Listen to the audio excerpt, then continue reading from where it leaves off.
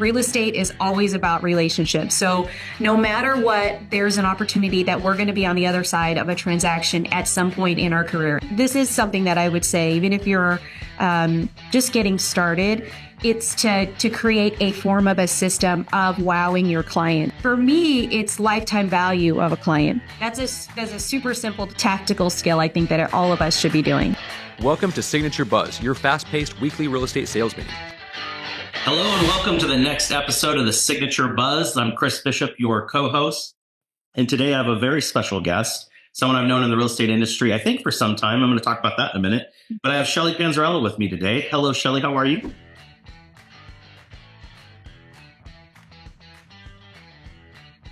I'm doing well. Excited to be here today. I'm excited to have you here. I think if I remember correctly, we met many, many years ago. And we had done a transaction when I was with another company that won't be named. And I didn't really get to work with you until I came here to Signature, which has been about 5 years. And I will say it's been fantastic working with you as my lender. So I appreciate you and all that you do. But for the audience that doesn't know you, tell us a little bit about yourself. Well, so I am the manager here at Prosperity Lending. I've been in the Las Vegas market as a lender for the last 27 years. I actually did this recently when I taught one of the classes, and I was always saying 25, and I forget that you still age and years go. So 27 years in the industry, and today I've co-founded and own the Prosperity Lending brand. And so we've got a team of, there's 18 of us. There's 11 of us that are originating, and it's been a fun journey. That's awesome. 27 years in Yes. In the real estate industry, or just as a lender? Just as a lender. You know, I thought there was a time when I thought I could do both. And now as I see, and I'm on the other side helping agents and such, there's no way. I can understand that. Yeah. So tell us a little bit about what inspired you to become a lender. I mean, what was the big draw? Well, I wish I could say it was some great epiphany, but honestly, my uncle was a manager in Southern California, and I'd had a call with him, and he's like, Shelly, it's the easiest job to make six figures, and it's the hardest job to make 30,000. Which I was in college, a new accounts teller making less than 30,000. So I'm like, okay, that sounds like a great gig. So I really got into the industry for the money, believe it or not. I've stayed in the industry the 27 years. I mean, not to help our families out. And it's been families, my personal family for the team side of it, also families from the real estate side of it, and then most important, our client side of it too. So it's been. A family can make you do crazy things. I can appreciate that. I got in the real estate industry because of my family, but I'm here for the money. So I completely appreciate that. Just reverse, huh? Yeah, someone's got to pay these bills. What do you think? I know what it is, but what do you think sets you apart from other lenders in the marketplace? If you ask my team, I know they would say that I just do not give up. I really do. For me, it's important that I exhaust all efforts to make a deal or get a family into a home. And that may not be today. For me, it's always path to homeownership. And that could be, I've had clients with me for 6 months just trying to get their credit together and things like that. And I feel like the other aspect of it is, I call it time under tension or time under pressure. It's the experience aspect, right? I feel over the years of the 27 years, I have helped, I want to say I've been involved in about 15,000 families' lives here in Las Vegas. And I've been able to see and help navigate, whether it's through managing or it's through my own personal transactions, navigating how to get a loan closed, whether it's your first time home buyer. I mean, I'm into this reverse mortgage era now and construction, and we do all these things. And so no matter what it is, that's really my end goal as a lender, is to really not say no. And then when I do say yes, you can take that to the bank and you will close, and we will close. You know, I got to say, in my 20 years in the real estate industry, one of the things that's always been important to me is that when it comes to my lender, that what you say happens. You know, like I'm okay with good news, I'm okay with bad news, but if you tell me something, like you said, I can take it to the bank. And so I know in every transaction I've done with you, you've always kept your word. And I think that to me is a telling sign of a great lender. Like I just this last week or 2 weeks ago, I called you up and said, hey, I've got a client who wants to buy this house. It's a conventional loan and they got to close in 7 business days because they're leaving the country, not illegally leaving the country or anything like that. But they were going on a big vacation for 30 days. And I said, can you do it? And you said, yep. And it closed on time, ahead of schedule. And I think that definitely sets you apart from the others in the marketplace. Let's talk about a little bit of the challenges. Like, you didn't just get to the top right away, or maybe you did. I don't know. What are some of the challenges that you face growing your business along the way? So majority, actually not even majority, 10 years of my life, I was a manager. So I managed the different mortgage companies. So different challenges at that time, right? A lot of that was really learning how to grow, and recruit. And I did actually get closer to the top as like national sales manager. That was totally different. I got so far away from what I really enjoyed, which is our families and helping our clients and realtors, that I stepped away from that. And that's when I came back into, doing my own. I call myself, like, I jumped right back into being an originator at the time by myself. So that for me was a big challenge, to kind of put myself in the student's role in learning how to grow business the way that I've taught my other loan officers at the time to grow business. And I remember sitting there going, what the heck am I doing? Like, whoever taught you to do personal handwritten note cards, like, that's ridiculous. So starting out from the very beginning, that was one of the biggest challenges for me, was really the element of just going back to basics. And then as I started to grow, like I think it's just in business in general. You hit these little plateaus or hills and valleys. And there came a point in my time when, from all the note cards and all the things that we taught ourselves to do, business started to come in. And I had to learn how to let go of some of that, to delegate that to a team, who I assembled around me to help me do the things that, believe it or not, I thought I was great at, I wasn't really good at doing. So Delegation is a tough one. I've struggled with scared, because you just want to get it done, but then you realize you can't grow without people to support you and for long-term help. Let's talk about your ability to network and market with agents. Like, real estate agents are not the easiest people in the world to deal with. We don't always answer our phone, and you had to go in and like build relationships with business professionals, not just the consumer, but the actual agent in the middle of all of this. How did you do that? What strategies did you use to make those connections? I've always come from a place of just serving. So I feel like any time I go into a conversation, and every time I start my classes or whatever, I always say real estate is always about relationships. So no matter what, there's an opportunity that we're going to be on the other side of a transaction at some point in our career. And I hope that we will. And so knowing that, reputation has been a big deal, and also ensuring that if I'm having a conversation with you and there's something that you're in need of, I can work to connect you with somebody, or I can help to answer or solve your problems. That's always been my biggest thing. And so I feel like that's helped to, whether it's in a transaction, it's in a class, whether it's, hearing it from another side, that's always been my motivation, is to really seek to help them and to serve them.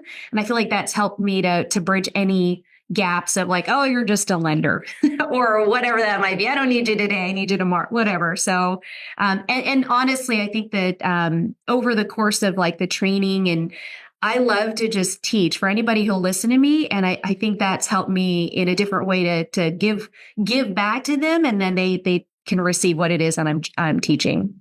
It's an interesting perspective. You hit it from a different angle in the educational fact, and they see who you are and they get to know you. Yeah, I can understand that. But let's go back to the downside of it. Like, you, as a lender, and I know many have, you get the soft brush off a lot of times from the agents, and agents hate that feeling of rejection when they call their clients and things like that. How did you overcome that feeling of, constant rejection as you go through it to build those relationships?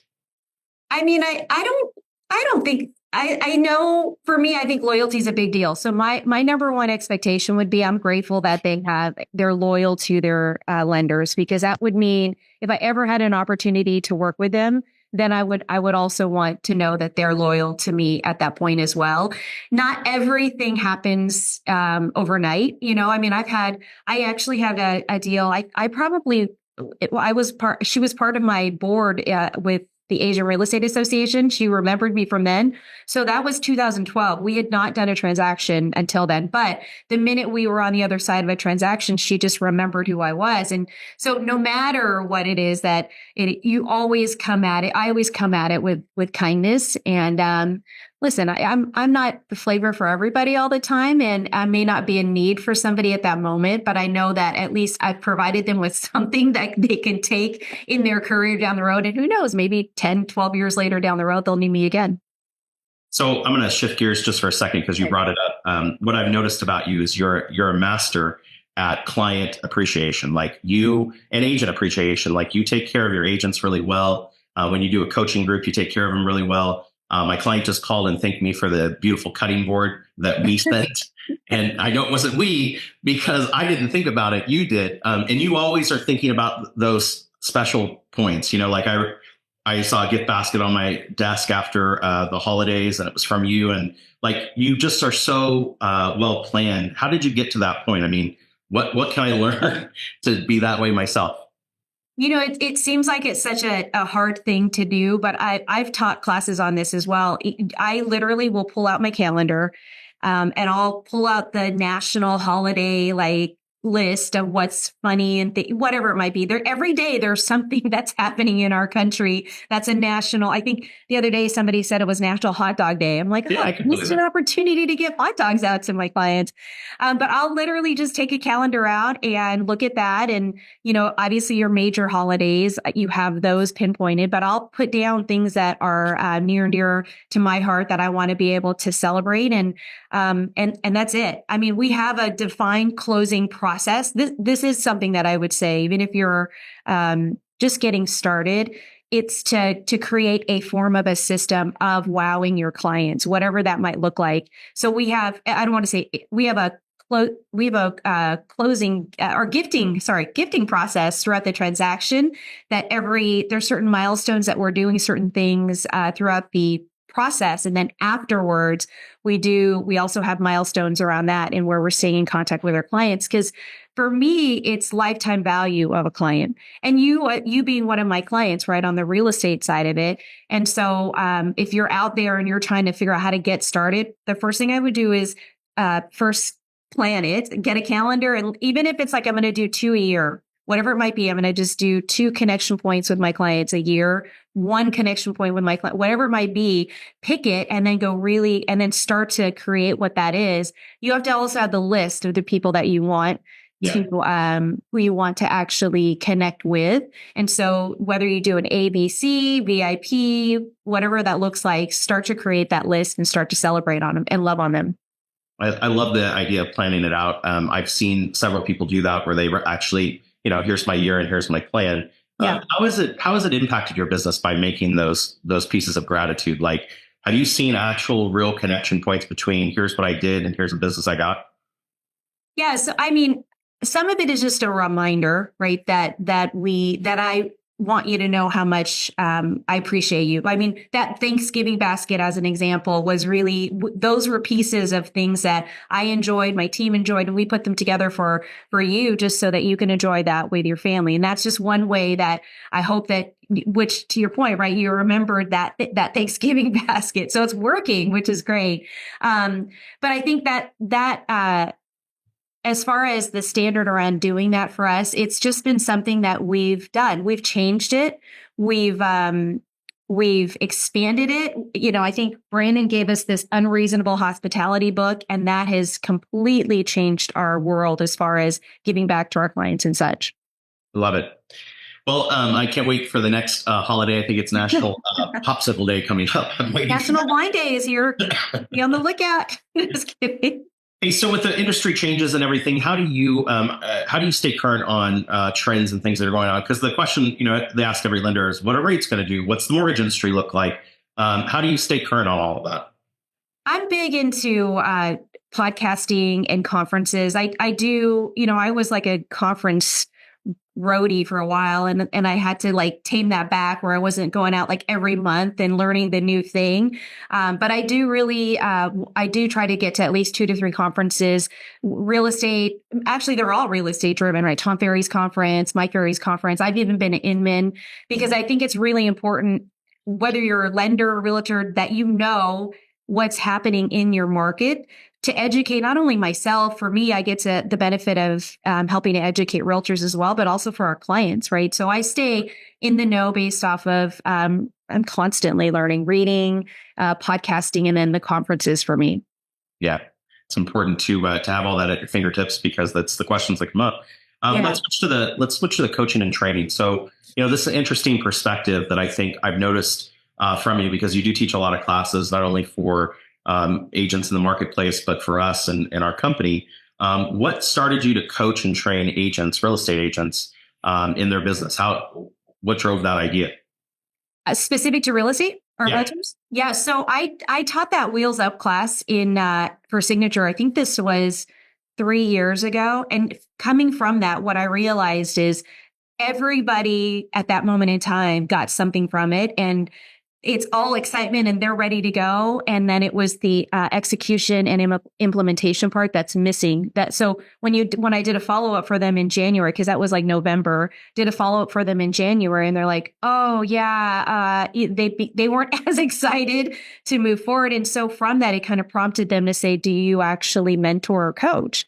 Like, I absolutely do. So it started from that. It was a group training that I had, and a few of them had just pulled on me to say, "Would you mind, doing a one-on-one with me to help me, with Q1?" And then it went from Q1 to Q2. And, I've had a client now for 4 years, and I've helped her to scale her business. So from the real estate side specifically, it started with that class.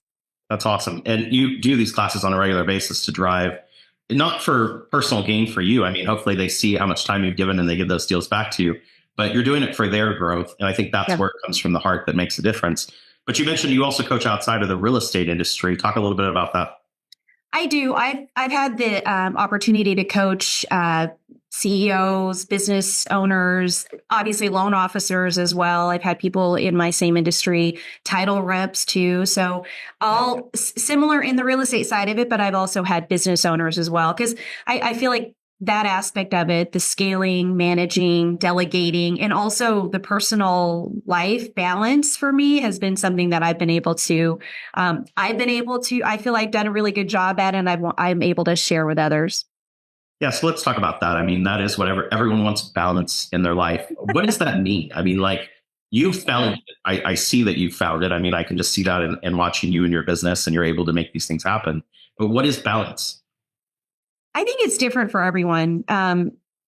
Yeah, I mean, I honestly can't say I was not the best at balancing work-life balance when my daughter was young. Now that she's 20 and out to college, there's always those statements of like, "Oh, I wish I could reverse time." And so I work to really try to tell people with the littles, the younger children and those that are about to head out, like your daughter, she's going to be heading in, you're going to be empty nesting soon. The work-life balance, I think, for yourself is going to be really what prioritizes your personal and your professional lives. I live in a quadrant of 4 where I've got spiritual, relational, physical, and financial, but not everybody is in that. Some people do the circle of life, whatever that might be. For me, it's really understanding what your priorities are and then truly scheduling those priorities for you, and then being very disciplined about saying no to the other things that may interfere with those priorities. You can always move them around when things get a little bit crazy, but knowing that, hey, if there's personal time for you and there's professional time for you, you calendar those. I mean, it honestly has helped me to create more space and margin in my life because I'm not running around like crazy trying to figure out what's next for me to do. So work-life balance for me, and you're right, it's something that I had to stop being a people pleaser and honestly understand that the person that I needed to be best for was myself first, so that I could be better for everyone else after getting myself straight. Makes a difference for sure. Yeah. Let's talk about perspective, right? So you sit in your role as a lender, watching real estate agents and their business and other parts of the industry. What mistakes do you see agents making that they could fix or correct to have a better business? Like, what are the common mistakes you see? Ooh, like actual work mistakes or Yeah. like In general, I actual. mean, whatever from your perspective, because it's so cool to have an outsider, that's not a real estate agent, Yeah. looking at it saying, why are you doing this? Why don't you do it this way? I do see a lot of new agents who struggle with what I think was tainted as commission breath. And they're really all about the transaction and they don't stop to listen and hear their clients. Mhm. I think that has been something even for myself that I've had to learn how to really understand because at the end of it all, it's not about me. It's always about our clients. And I think that's a lesson that even for myself, I've had to learn the hard way. I think a lot for the agents newer or those who've been seasoned, there's that mindset first. I mean, I feel like there's either we overthink it or they've got a limiting belief on themselves that they can't do certain things. And so and even when I coach, like that's the first thing we try to work through is I can show you how to go door knocking. I should show you how to do a great open house. I can show you how to prospect and all that stuff. But until you can get this straight and connect what it is and why it is that you're doing those things, that's the downside. And then that consistency factor for me, like, okay, we did it for a day. You gotta still do what it's not going to happen. Rome wasn't built in a day, right? That type of concept. So you've been doing a number of challenges with agents here in the Yeah. office, different series that you put on. In your idea, of a perfect world, what skill set do agents really need to grow and learn that will help them be more successful from your perspective? So, truthfully, the tracking aspect of it, this for me, as I've been watching us go through this listing machine challenge, I literally am the person tracking their numbers. Somebody And should. yeah, but I think they have to report that to me now, right? So now they're learning to track their numbers. And I think what people don't realize is there's so much information in your tracking. Because if you're not connecting the calls, once you're getting a connection point and you're not able to convert that call into a meeting or a conversation that happens to be something next, there might be something wrong with your scripting and so you need a little bit more role playing. Or if you're not even getting the connection points, is there time of day that you're missing? Maybe there's different numbers that you need to be called, whatever that might be. And I think that starts with just tracking what it is that you're doing. If it's one phone call a day, great. Track that phone call and track the conversion on that phone call. That's a super simple tactical skill. I think that all of us should be doing. I love that you said that because one of my very first coaches said, people lie all the time, but the numbers never do. And Yeah. that's always like stuck in my head because when I coach agents myself and we start talking about things that they did, it's like fantasy just starts coming. Oh, I did this, this, this, and this. When, where, and it just, they lie to themselves a lot of times in going through Yeah. that.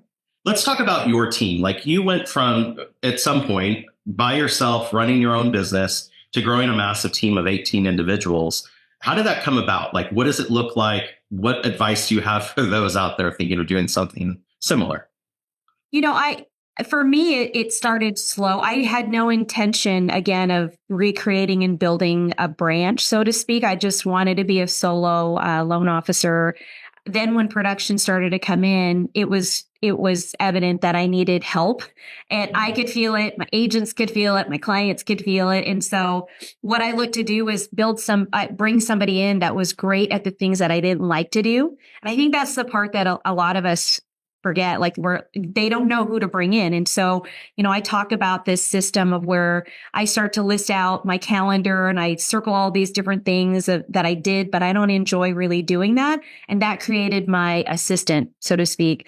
And then as she started to grow, she actually became a really good loan officer. And I then decided, okay, well, she can actually do this on her own. We're going to grow a little mini team now. And I had to find somebody to kind of assist us at that point. And so that part of it evolved. And then, of course, with production and everything, we had to hire our operations staff. So similar to like a TC for you guys. Actually, TC probably came first for realtors, but we had to hire our processing and underwriting and funding and all that. So we had I call it like the corporate model. My corporate model had to be built before I could bring in other loan officers to actually plug into our corporate model where they can kind of run their franchises, their own individual businesses themselves. But that's kind of how it started. It started with me, individual LO, production started to get busier, and honestly, I've been coached my whole career. And the same thing that my coach told me is like, you're either going to be the assistant or you need to hire the assistant. What do you want to do? And so I hired the assistant. And the scary thing that most people think of, well, I'm going to add more payroll and add more expense. I'm going to lose more money. That actually expanded the income side, the production side of it, because I was able to go and do the things that I really enjoyed doing. And my assistant was able to tackle the things that she really enjoyed doing at the time. And we were just a perfect pair. And then it just scaled from there. It sounds like a balance. I think that is the inflection point of what happens is that I was so afraid to hire my first person because of the payroll aspect. Oh my God, where am I going to afford that? But I didn't realize it's about then growing, my business value and making that money for my business to pay our payroll. And that's such a mind shift change that we're in this scarcity setup all the time. And when you finally make that shift, it's amazing the things that open up. Obviously, major difference in your business, I'm sure. Tell us a little bit about in the lending side. And I think this is something that agents don't really understand. How do you earn income as a lender? There are people on this podcast that have no idea how lenders make money. So tell us a little bit how that works. Because I know you do refis, you do loans. Yeah. Provide advice to me. I don't know. How does that happen? Well, similar to realtors today, we get a compensation. I mean, back in the days, you'd heard all the stigma around, well, if you're getting charged a high interest rate, it's because your lender's getting paid on the back end side. That's true. So all of that got fixed when the Frank Dodd came out. And so we get a percentage of the commission basically off of the loan amount. You guys get it off of the sales price. Yeah. And so depending upon where you work as a lender, you can negotiate between, I think the high side now is like 3%. And in order for you to be competitively priced in the market, most of us are between 1 to 1.5% to 2%, I would say, to stay competitive. But that's in essence what it is we get a percentage. We have a compensation that's agreed upon from our team. And so we get a percentage of that based off of a closing, just like real estate. Ours is a lot lower. Like ours for traditional financing is 1.75. And then anything we do that is, related to builder comp and things like that is actually, we'll give a 1% and we'll get paid 75 bips, 0.75. So less than 1% on commission. And I asked the question because in our mindset as real estate agents, we're looking at a product like the house, right? Mm-hmm. And the client, is the value to us in our business, and they're buying an individual product. You have to look at it kind of in a different way. Yeah, the house is important, but you're selling multiple products at the same time because you have all of these different loan programs, all of these different grant programs that are out there. And it's all about, putting someone in the right position to make the acquisition happen, right? And so how do you overcome that? How do you remember all of these programs? I mean, I ask you every now and then, hey, have you heard of this? And you're like, yeah, I've heard of that. Where do you get that information from? I have realtors like you that keep me on my toes, texting me all the time. Have you heard this? For me, I mean, I'd love to say that there's several different loan types and programs and such. They're basic. There's like 4 basic loan programs, right? FHA, VA, conventional, and then your jumbo. You've got this whole non-traditional world that's spinning off to, multiple different things. For me, and I pride my team in this. We really do a great job in when programs come out, we take the time to learn what it is and how it can serve our clients. And it may not serve our clients today, but it might serve them in the future. When we get updates for FHA or VA, we take the time as a team to sit down and talk through what these changes look like, how they'll impact us. And then I'm big into, my team will always say this too, like I create stories and I create scenarios to see if it falls into these different categories. And then they end up being clients. Maybe this is some form of manifestation. They end up being clients that we happen to get an opportunity to work with. But a lot of it comes from being up to date and ahead and proactive in the education things that come out to us. But the reality of it is there's, a handful of programs. and different nuances inside of those programs that when you get a client that comes to us, it's for us to go out and really research that program to see how that client can fit into it. That makes sense. And, I love the idea that you market to the clients after that you're updating them, you're sending out your newsletter, because I feel like it's an extension of my team, right? I mean, we're business partners, and I try to get every client to understand how wonderful you are and work with you, and they rave about you after. But there are products and things that you can supply them with after that deal closes, refinances and stuff like that. And so I think, it's important for anyone listening that you have a good working relationship with a lender that you trust for your database's benefit. Because I get people who ask questions all the time, nothing to do with the house, but about, the mortgage market, things like that. And I refer them to you, and you're always there, as a resource. So I think that's really important for you. Let's switch gears for a minute and let's talk about mentorship and roles that you've had. You said you've always been coached. So what's behind that? What do you look for in a coach? What are you getting coached by? And, what do you offer as a coach to the agents who want to work with you? That's a lot. So honestly, based on my stage of life that I was going through, I had different coaches for those reasons. Like in the very beginning of my career, I had a coach who helped me to really lead. I didn't understand, the aspect of HR and compliance and, super empathetic, but then you also have a business to run. I didn't understand any of that stuff. And so that was like my first stage of coaching for myself. And then, most recently I went through more of like a life coaching aspect. Satema was one of the best. I don't want to call him, he's a performance coach, but he really did help me to build a quadrant around the four areas of my life. And then to be very honest with you, when the market shifted and interest rates went up, I had I had other stuff going on in my life, but I have a life crisis identity crisis that was happening for me, and that I almost had to circle back to being back to the basics, so to speak. And I had to get a coach who would hold me accountable for doing the activities and doing the things that I said I was going to do, because I didn't know how to get out of my own head some of the things, higher interest rates, market's going to crash, all of these different, we're never going to do business again. And I just had to focus on the basics. So for me as a coach, I would say, I do it in all levels. I have the Listing Machine community right now has been the only like group setting that I've had in a while. And that is specific for trying to figure out how we're going to grow in the real estate sector for your agents, right? And so what they're focusing on what they can do to get more listings, and we've got a specific action plan that they have to do, and then I'm the one taking their tracking all their numbers. So that's been kind of a cool thing. And then on the one-to-one side, I have agents who are looking at scaling, who need help in delegating, and then I have some who just need to figure out work-life balance for them. And I've work through that. For anybody that comes to me, I will tell you that the one thing for me is we start with that mindset first, and I need to understand what it is that they want, what their 5-year projection looks like, what it looks like for them, from a financial aspect. That why has to be established early on in our coaching, for me at least. So you made an interesting point that I want to go back to. You have been extremely successful in the mortgage industry. And you said, that balance, the 4 quadrants. It's amazing to think of mindset wise, you can have an amazing business success, and one of the other quadrants can pull you down that you abandoned or did pay attention to, or things like that. How do you keep all the plates spinning with that?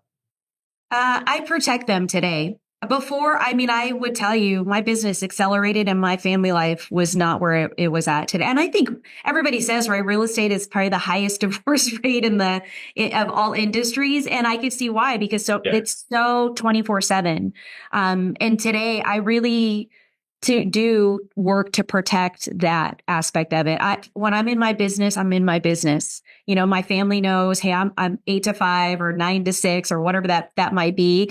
But there's also opportunities where I might work, or I might work on a Saturday and I'll take a Wednesday off, or I'll take you know what I mean? And so I have to have that balance, and I'm very aware of it and intentional about it today, which I honestly wasn't before, because I didn't understand what the impact was. And now that I'm much older and wiser, I do.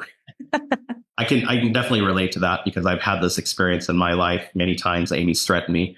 But protecting it is important, and protecting those pieces is important. And I think that's the biggest thing I got out of coaching and mentorship and mentoring is that we're all struggling with the same issues. It's not just the struggle to be successful. It's the struggle to have balance. I guess you can identify it as that. Yeah. Let's go a different segment now. You are a powerhouse woman in real estate. And Wow, so, thank you. yeah, you are. You're a leader in our industry. You're a leader at your company. You're a leader for your team. And for those that are saying, I want to be like Shelley, what advice do you have for them? What steps do you think would help anyone start that path?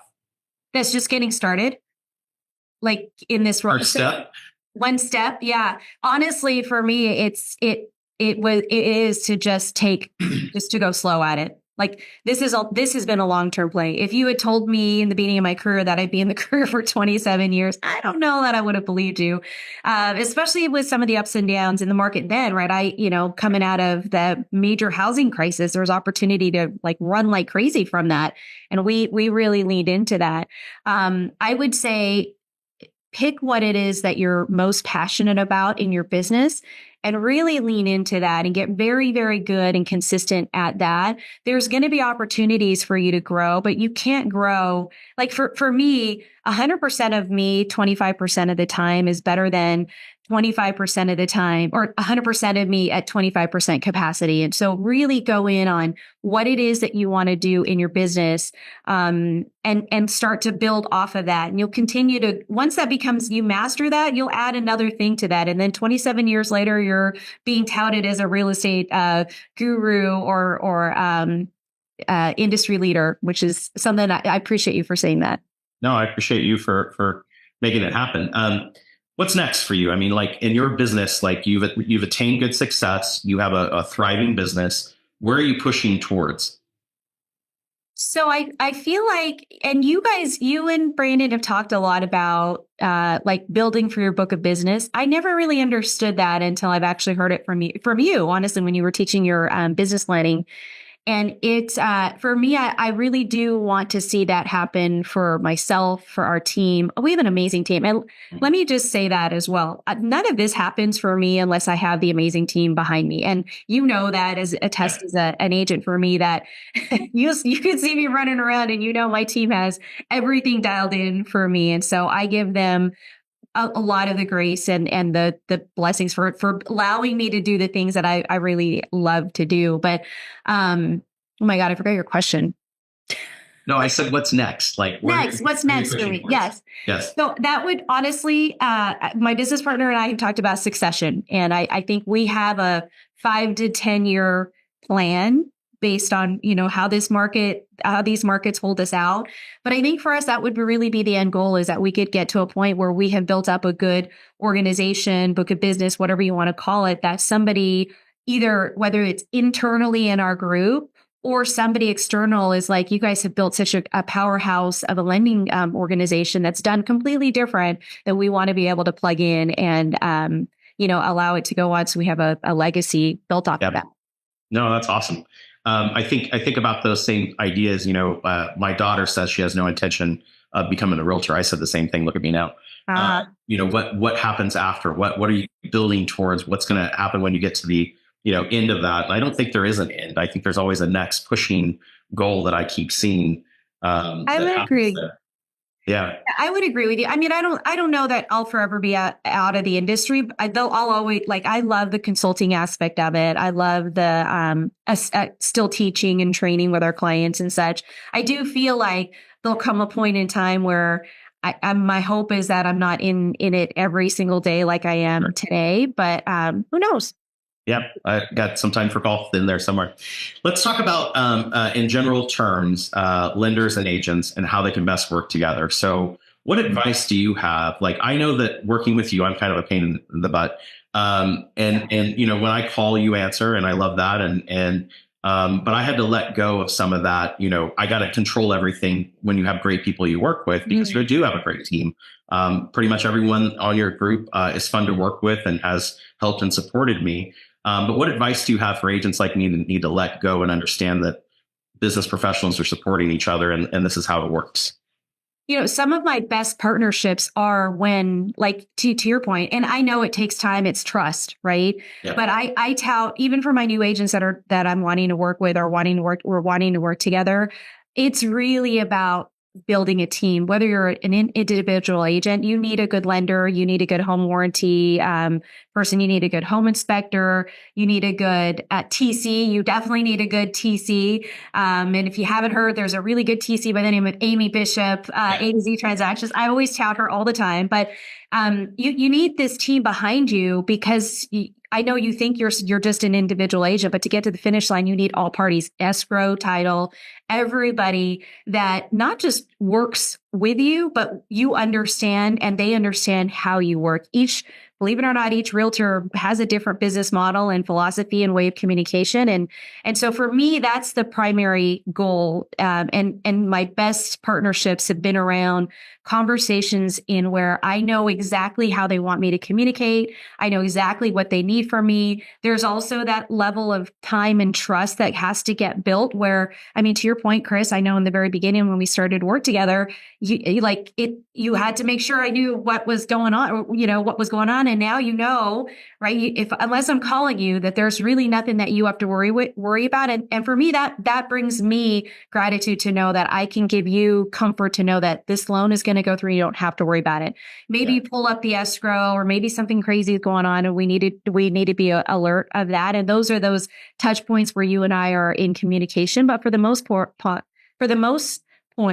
I want to make sure that you can go in and take care of your clients the way that you need to do it and not worry about the lending aspect of it. So if you're just getting started or you don't have a lending partner, get to interviewing partners. I'd love to help and be part of that process for you guys, whether it's me or part of our team.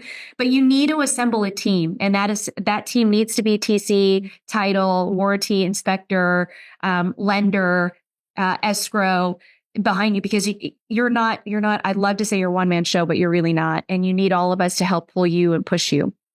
Yeah, that trust factor is so important. And I now that you said it, I think about it. I'm like, yeah, you're right. That's how it works. And that's a big thing to grow and create. What drives you crazy about real estate agents? Let's get to the nitty gritty. I mean, like, if you had one thing, like, what do we do that just, I can't hear you, Chris. This Zoom thing is really. I honestly don't know that I. Come on. I know I'm thinking about it.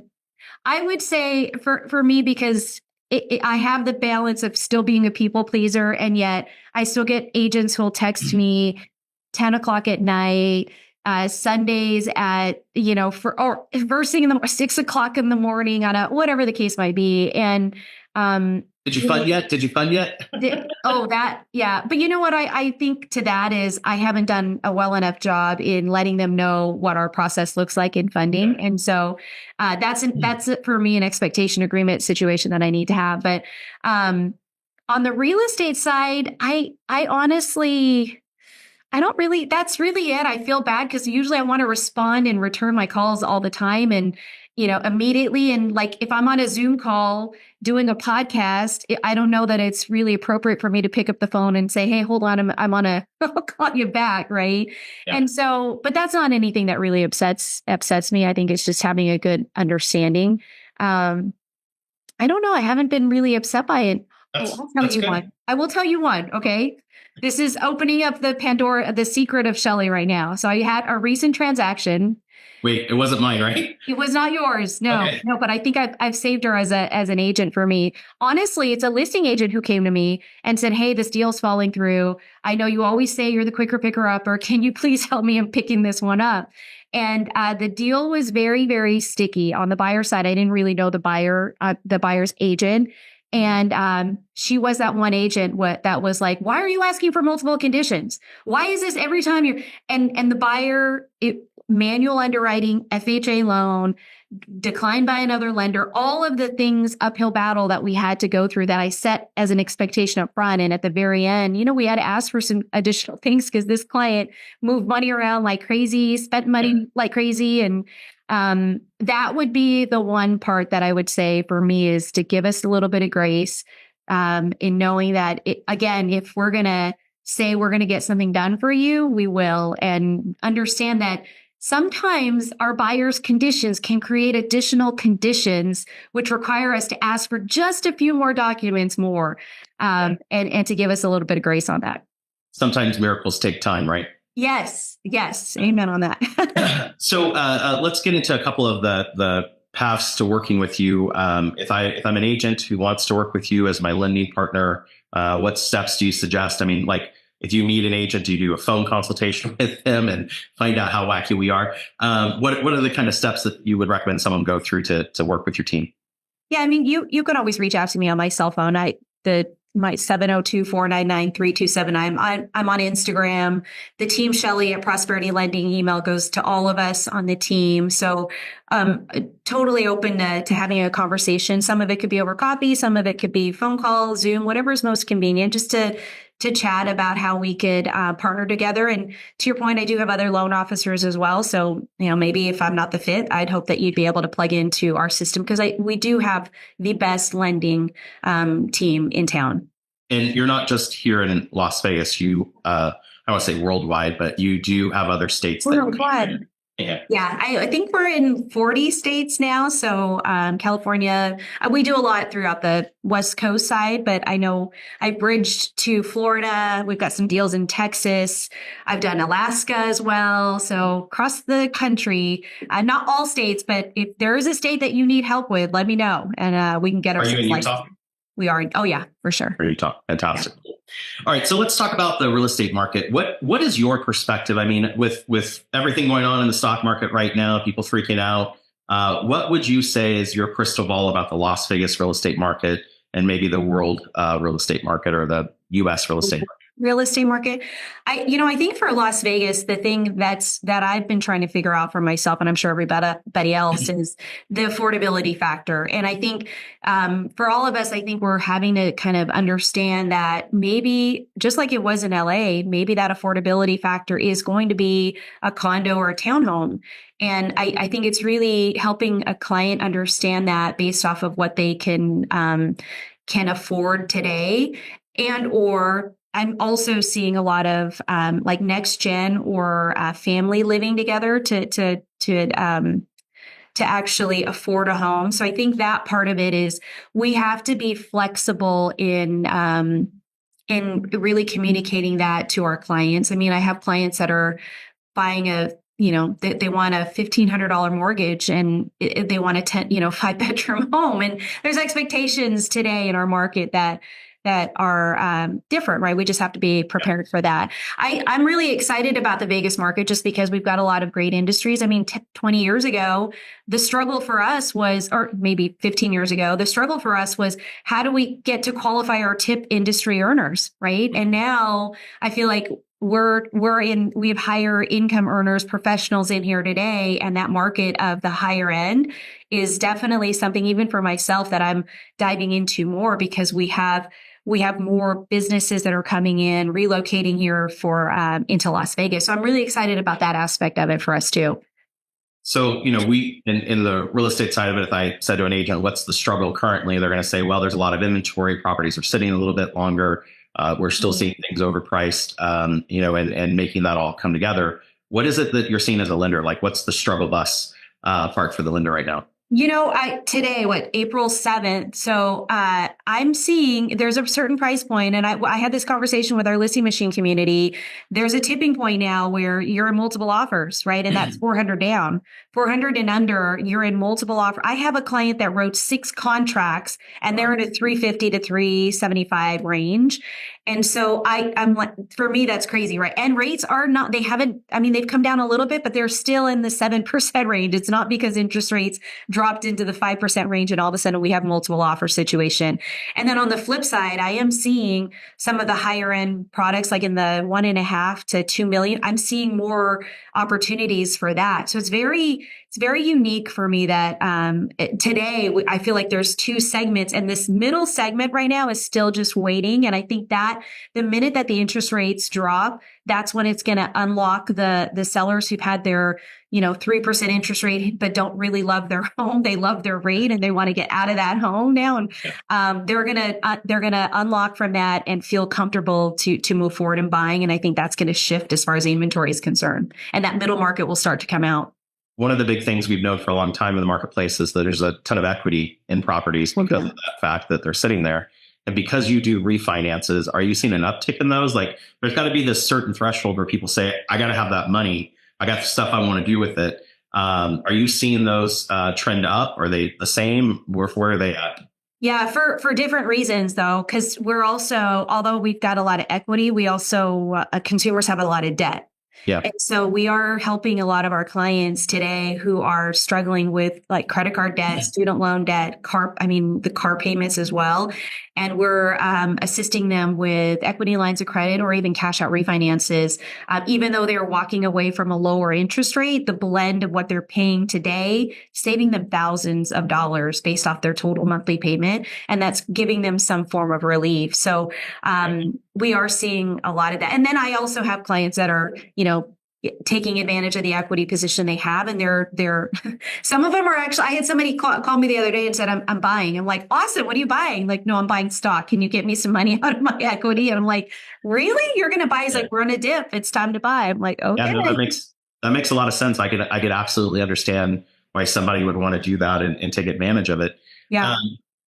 What about foreclosures? What about default rates? Are you seeing, I've heard rumors of there's this large default thing happening. There's 6 million owners that are behind on their mortgages throughout the nation. What are you seeing from your perspective?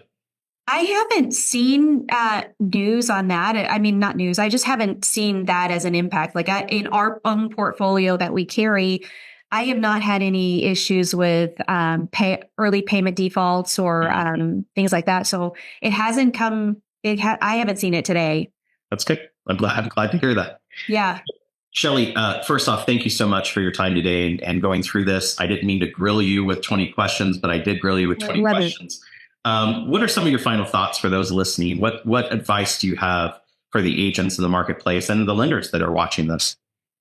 So I would just say, I heard something the other day that talks about creating your own economy, and no matter whether rates are up or down. And I too had the same issue where if we just do the work that we are set out to do, there's always going to be a need to buy or sell or refinance or do a home equity line of credit for our clients. And if we really do take the time to stop and listen to see what our clients need, we're going to find a way to help them in some way, which will open doors, maybe not in getting a transaction with that one client, but I promise you that'll open the doors for other opportunities with referral business from that specific client.